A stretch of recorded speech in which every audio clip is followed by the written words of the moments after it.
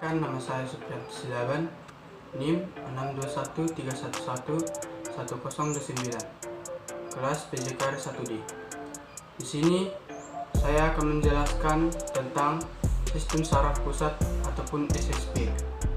Pada video kali ini saya akan menjelaskan tentang sistem saraf pusat atau SSP. Tetapi saya akan mengulangi apa itu sistem saraf. Sistem saraf adalah sistem koordinasi yang bertugas mengendalikan seluruh aktivitas tubuh. Cara kerja sistem saraf adalah dengan menerima dan meneruskan merangsang ke saraf pusat. Misalnya, otak atau sumsum tulang belakang. Sistem saraf pusat meliputi otak yang disebut cerebral dan sumsum tulang belakang disebut medulla spinalis. Otak dilindungi oleh tengkorak, sedangkan tulang belakang dilindungi ruas-ruas tulang belakang. Adapun bagian otak-otak yaitu otak besar, diencephalon, sistem limbik, otak tengah, otak kecil, pons ferolis, medulla oblongata. Otak besar adalah pusat kecerdasan, pusat asosiasi, dan pusat ingatan. Pada bagian otak ada disebut lobus frontal, lobus temporal, lobus parietal, dan lobus occipital. Yang kedua ada diencephalon. Diencephalon terletak antara cerebrum dan otak tengah.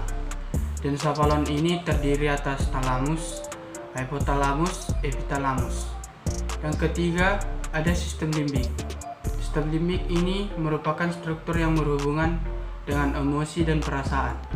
Jadi, semakin besar area dari sistem limbik ini, maka tingkat hubungan emosional akan semakin besar juga. Kemudian, ada otak tengah. Otak tengah disebut sebagai mesencephalon. Otak tengah merupakan penghubung antara pons ferolis dan otak kecil. Fungsi otak tengah adalah fungsi untuk pusat refleks. Pons ferolis. Fungsi dari pons ferolis adalah untuk menghantarkan impuls ataupun sinyal dari bagian kiri dan kanan otak kecil dan juga mengatur frekuensi kekuatan dari bernapas. Selanjutnya ada otak kecil. Otak kecil adalah otak yang berada di bagian punggung atas batang otak dan di bawah lobus occipital. Fungsi dari otak kecil ini untuk mempertahankan keseimbangan, mengontrol gerakan mata, dan lainnya.